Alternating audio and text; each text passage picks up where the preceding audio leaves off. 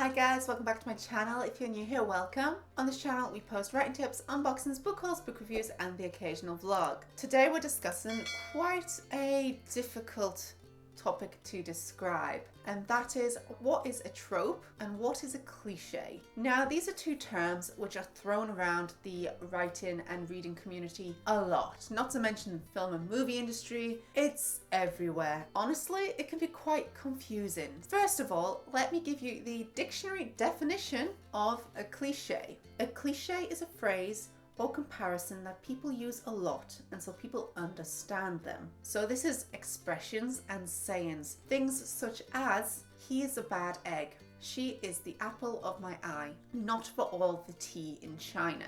The dictionary definition of a trope is a common or overused theme or device. It's something that happens so often that we all predict and know it well. This is things such as rain at a funeral. In a horror movie, the bathroom mirror scene. They are tropes that are used frequently. This can even be things such as plot devices like the chosen one, which is a characteristic of certain genres. How do they link together? Because people use cliche to describe plot twists and things that they expect to happen. Honestly, word cliche is just used to describe a trope that they personally deem bad.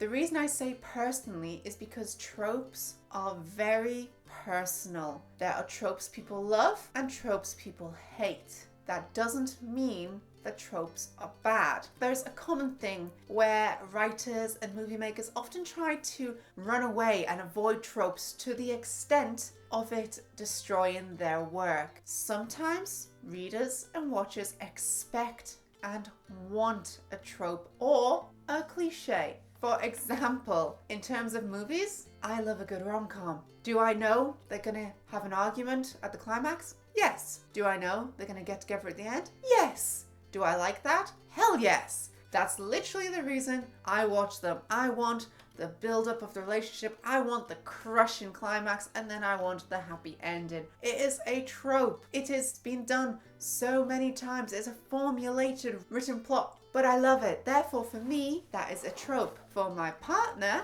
it is a cliche. He hates them. He doesn't like how their relationship has to have this horrible bit. He just wants them to be happy. If you make them happy the whole time, in my opinion, there's no movie. Likewise with the chosen one trope. Some people love this and some people hate this. But for people who don't know, the chosen one are things such as Harry Potter or Lord of the Rings. Frodo is the chosen one. Harry is the chosen one. It's a character who is basically born to do the thing the book and writer wants them to do. It is a trope that people argue about because it's, oh, the chosen one, they're born to do it. Not everyone hates that. I personally can rewatch Lord of the Rings and read Lord of the Rings multiple millions of times. I am still not bored. I know exactly what's gonna happen. I know exactly who's gonna carry the ring. All of it. I still like it. Another trope is love triangles, such as in The Toy Maker by Robert Dinsdale, where there is a massive love triangle between the main female character and the two brothers. The whole story is about the jealousy that the younger brother has because the older brother gets the girl, and that is the reason so much happens. Again, some people absolutely hate love triangles, but some people love them. You know that they're gonna get together. You know one's being jilted and you know they're gonna seek revenge. Oh well. How do you stop a trope being a cliche? So as I said, in some ways it is honestly personal opinion. Some people love a type of trope, some people hate them. If they hate them, it will become cliche. If they love them, it will stay a trope. But as a writer, there's also devices you can do to stop your trope becoming a cliche. One is be aware. If you are using a trope, use it meaningfully. Don't just write and tropes appear in your work because they will most likely become cliche because you will follow them line for line. If you are aware that your story is gonna have a trope in it, but you mix that up a bit, then you'll keep it as a trope. An example of this could be The Binding by Bridget Collins, which is a love triangle. There is the male protagonist and the brother and the sister both fancy him, although the brother doesn't realize that's what's going on. That is a love triangle. They've switched it up and made it more interesting because it is a love triangle between two men and one woman, and which one is that guy gonna choose? If you haven't read The Binding, I highly recommend it. Beautiful. This is called subversion, so you're subverting the trope itself. Another way that this happens is there are some tropes which are just counted as cliches, such as the prince and the princess, the traditional old-time Disney fairy tale story. We've generally learned to not like these that much. So even Disney itself is moving away from them. The boy rescues the girl and the kiss. However, that does not mean you cannot use this. Quoting Paint and Thomas Sanderson, I want a gay Disney prince. There has not been a gay Disney prince, so if Disney did this, they could literally use the stereotypical princess-prince trope, but for it to be two male characters. That is subverting it and therefore would make it not cliche. Don't panic if your idea is classed as quite cliche. There are ways to make it new and exciting.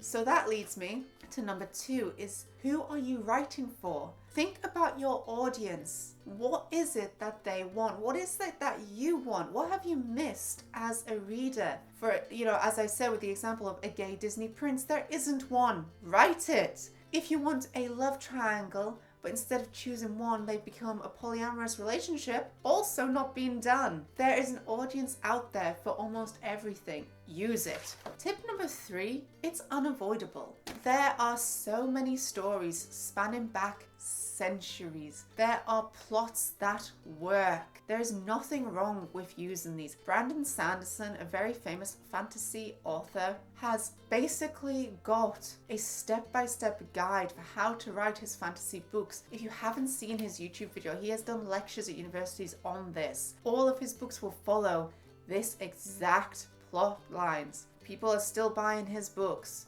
You can't always avoid tropes. In fact, it's physically impossible, but you can mindfully use them and edit them, update them, put your own twist and your own personality into them. And that will stop it being cliche.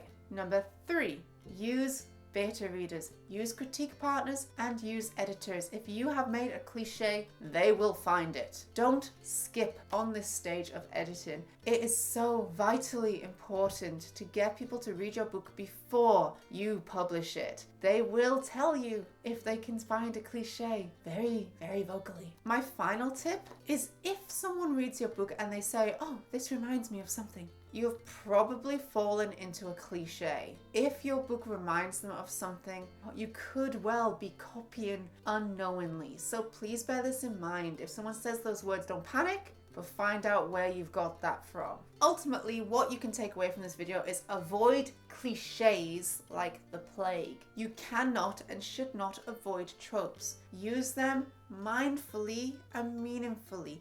You should avoid tropes which are harmful. They are just cliches now. Avoid those. But you can use them for good and you can change them up. Everything has been done. In terms of music, there's only so many notes. You're gonna repeat some.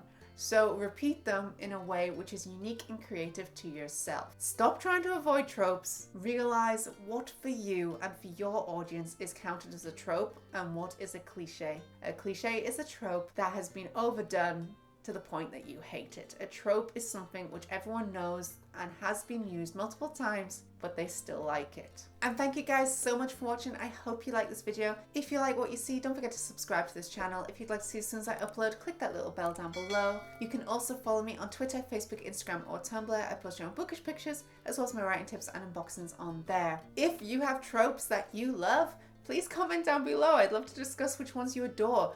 Also tell me, which ones do you hate?